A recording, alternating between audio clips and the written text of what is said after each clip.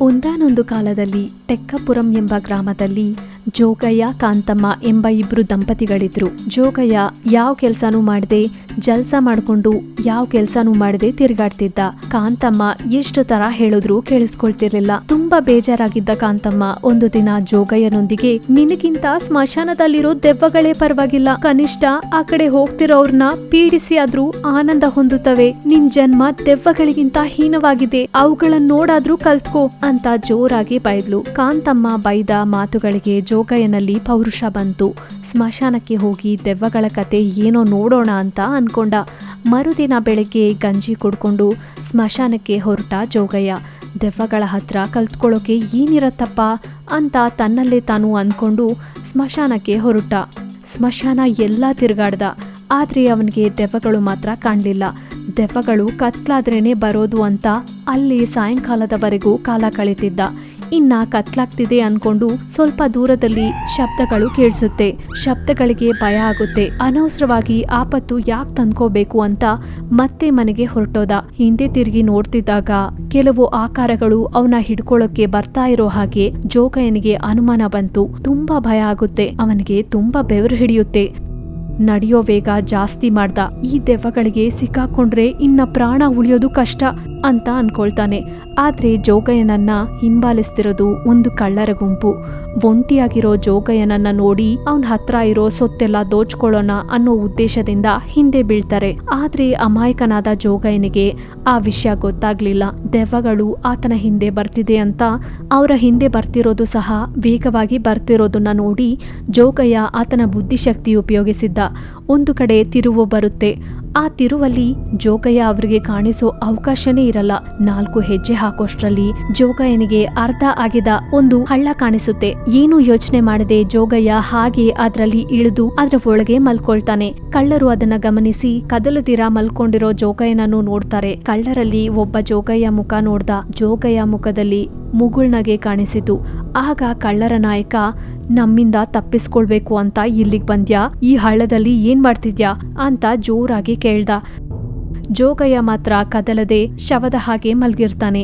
ತುಟಿ ಮಾತ್ರ ನಿಧಾನವಾಗಿ ಅಲ್ಲಾಡಿಸುತ್ತಾ, ಯಾವಾಗೂ ಯಾರಿಂದಲೂ ತಪ್ಪಿಸ್ಕೊಳ್ಳೋ ಅವಸರ ನನಗಿಲ್ಲ. ನಾನು 1 ವಾರದ ಮೊದಲು ಸತ್ತೋದೆ. ನಮ್ಮವರು ನನ್ನ ಈ ಹಳ್ಳದಲ್ಲಿ ಹೂತಾಕಿದ್ರು. ಇನ್ನೊಂದು ವಾರದಲ್ಲಿ ದೆವ್ವವಾಗ್ತೀನಿ. ಆಗ ನಿಮ್ಮಂಥವ್ರೆಲ್ಲರ ಅಂತ್ಯ ನೋಡ್ತೀನಿ ಅಂದ ಜೋಗಯ್ಯ. ಆಗ ಕಳ್ಳರ ನಾಯಕನು, ನಿನ್ನ ಅವರು ಹೂತಾಕಿದ್ರು ಅಂತಿದ್ಯಾ? ಮತ್ತೆ ನಿನ್ಮೇಲೆ ಹಾಕಿದ ಮಣ್ಣೇನಾಯ್ತು?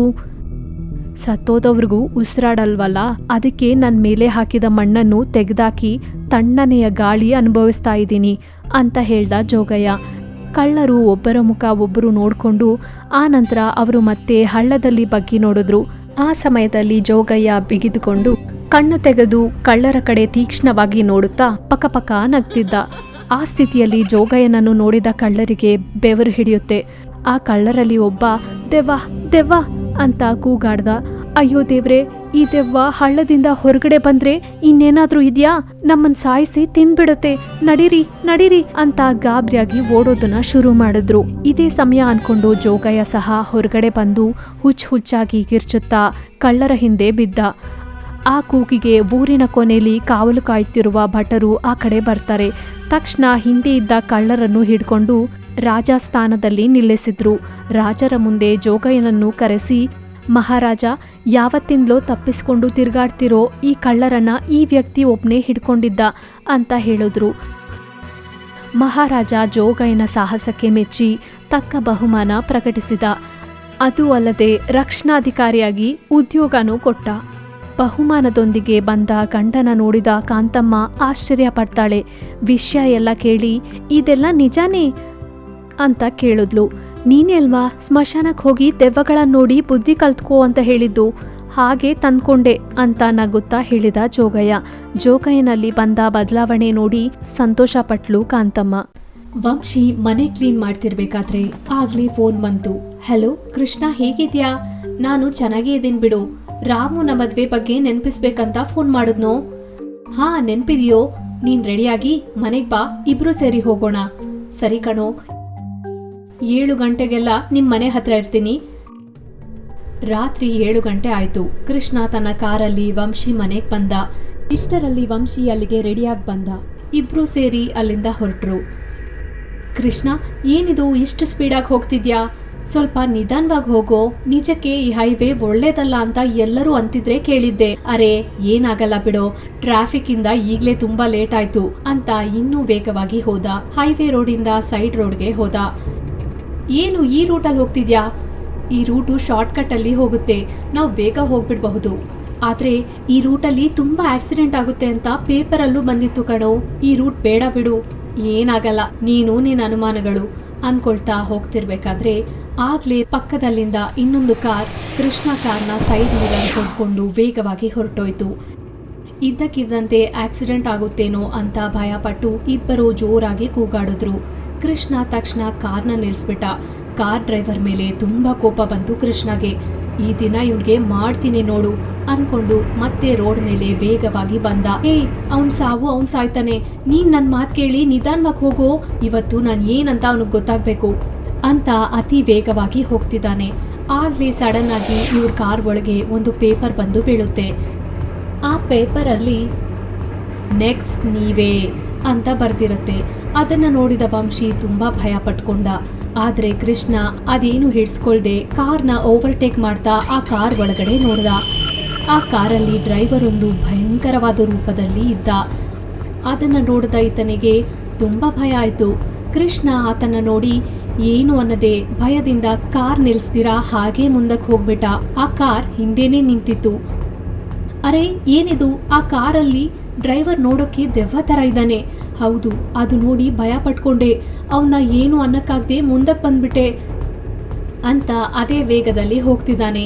ಇಷ್ಟರಲ್ಲಿ ರೋಡ್ಗೆ ಎದುರಲ್ಲಿ ಒಂದು ಕಾರ್ ತುಂಬಾ ವೇಗವಾಗಿ ಬರ್ತಿದೆ. ಇಬ್ರು ತುಂಬಾ ಭಯ ಪಡ್ತಾರೆ. ಏನ್ ಈ ಕಾರು? ಇದಕ್ಕೂ ಮೊದಲು ನಮ್ಗೆ ಹಿಂದೆ ಕಾಣಿಸಿದ ಕಾರ್ ಇದ್ದಾಗಿದೆ ಅಲ್ವಾ? ಏನು ಇಷ್ಟು ಸ್ಪೀಡಾಗಿ ನಮ್ಮ ಎದುರಿಗೆ ಬರ್ತಿದೆ ಅಂತ ಟೆನ್ಷನ್ ಪಡುತ್ತಾ ಕಾರ್ನ ಪೂರ್ತಿಯಾಗಿ ಪಕ್ಕಕ್ಕೆ ನಿಲ್ಲಿಸ್ಬಿಟ್ಟ. ಆದ್ರೆ ಆ ಕಾರ್ ಇವರ ಕಾರ್ಗೆ ಎದುರಿಗೆ ಬಂದು ಜೋರಾಗಿ ಡಿಕ್ಕಿ ಹೊಡೆಯಿತು. ಕೃಷ್ಣ ವಂಶಿ ಇಬ್ರು ಅಲ್ಲಿಗಲ್ಲೇ ಸತ್ತು ಹೋದ್ರು. ಆ ಕಾರ್ನಲ್ಲಿ ಡ್ರೈವಿಂಗ್ ಮಾಡ್ತಿದ್ದ ದೆವ್ವ ಹೊರಗಡೆಗೆ ಬಂತು.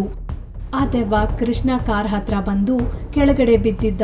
ಅವರಿಬ್ರು ನೋಡ್ತಾ, ನಿಮ್ಮತ್ತ ಅತಿ ವೇಗವಾಗಿ ಹೋಗೋದ್ರಿಂದಾನೇ ನಾನು ಭಯಂಕರವಾದ ಸಾವು ಸತ್ತಿದ್ದೀನಿ. ನಂತರನೇ ಈ ದಿನಗಳಲ್ಲಿ ತುಂಬಾ ಮಂದಿ ದಿಕ್ಕಿಲ್ದಿರೋ ಸಾವು ಸಾಯ್ತಿದ್ದಾರೆ. ಈ ರೋಡ್ ಮೇಲೆ ಯಾರು ಸ್ಪೀಡಾಗಿ ಹೋದ್ರೂ ಇದೇ ಗತಿ ಬರೋದು ಅಂತ ಅನ್ನುತ್ತಾ ಕಾರಲ್ಲಿ ಹತ್ಕೊಂಡು ಮತ್ತೆ ಡ್ರೈವಿಂಗ್ ಮಾಡ್ಕೊಳ್ತಾ ಹೊರಟೋಯ್ತು. ಕೆಳಗೆ ಬಿದ್ದಿದ್ದ ವಂಶಿ ಕೃಷ್ಣ ಇಬ್ರು ಎದ್ದು ಮೈ ತುಂಬಾ ಗಾಯಗಳಿಂದ ರೋಡ್ ಮೇಲೆ ಲಿಫ್ಟ್ ಕೇಳ್ತಿದ್ದಾರೆ. ಆದ್ರೆ ಯಾರೂ ನಿಲ್ಸ್ಲಿಲ್ಲ. ಇಷ್ಟರಲ್ಲಿ ಒಂದ್ ಕಾರ್ ಬಂದು ಅವ್ರಿಗೆ ಸ್ವಲ್ಪ ದೂರದಲ್ಲಿ ನಿಲ್ಲುತ್ತೆ. ಅವರು ಡ್ರೈವರ್ನ ನೋಡದೆ ಕಾರಲ್ಲಿ ಹತ್ತು ಕೂತ್ಕೊಂಡ್ರು. ಸರ್, ತುಂಬಾ ಹೊತ್ತಿಂದ ಲಿಫ್ಟ್ ಕೇಳ್ತಿದೀವಿ, ಆದ್ರೆ ಯಾರು ನಿಲ್ಸ್ಲಿಲ್ಲ. ಆದ್ರೆ ನೀವ್ ನಿಲ್ಸಿದ್ರಿ, ತುಂಬಾ ಥ್ಯಾಂಕ್ಸ್ ಅಂದ್ರು. ಅವ್ರ್ಯಾರು ನಿಲ್ಸಲ್ಲ, ಯಾಕಂದ್ರೆ ನೀವ್ ಯಾರಿಗೂ ಕಾಣಿಸಲ್ಲ. ಯಾಕೆ ನಾವಿಬ್ರು ಕಾಣಿಸಲ್ಲ ಅಂತ ಇಬ್ರು ಒಂದೇ ಸಲ ಕೇಳಿದ್ರು. ಯಾಕಂದ್ರೆ ನೀವು ಸತ್ ಹೋಗಿ 1 ಗಂಟೆ ಆಯ್ತು ಅಂತ ಹೇಳ್ಕೊಂಡು ಆಕ್ಸಿಡೆಂಟ್ ಮಾಡಿದ ದೆವ್ವ ಡ್ರೈವರ್ ಸೀಟ್ನಿಂದ ಹಿಂದೆ ತಿರುಗಿ ನೋಡಿದ. ಹಿಂದೆ ಸೀಟಲ್ಲಿ ಇದ್ದ ವಂಶಿ ಕೃಷ್ಣ ಇಬ್ರು ಭಯದಿಂದ ಅವರ ಮುಖಗಳು ರೇರ್ ಮಿರರ್ ಅಲ್ಲಿ ನೋಡ್ಕೊಳ್ಳೋಷ್ಟರಲ್ಲಿ ಕಣ್ಣುಗಳು ಹೊರಗಡೆ ಬಂದು ದೆವ್ವಗಳಾಗಿ ಬದಲಾಗಿ ಬಿಟ್ಟಿದ್ರು.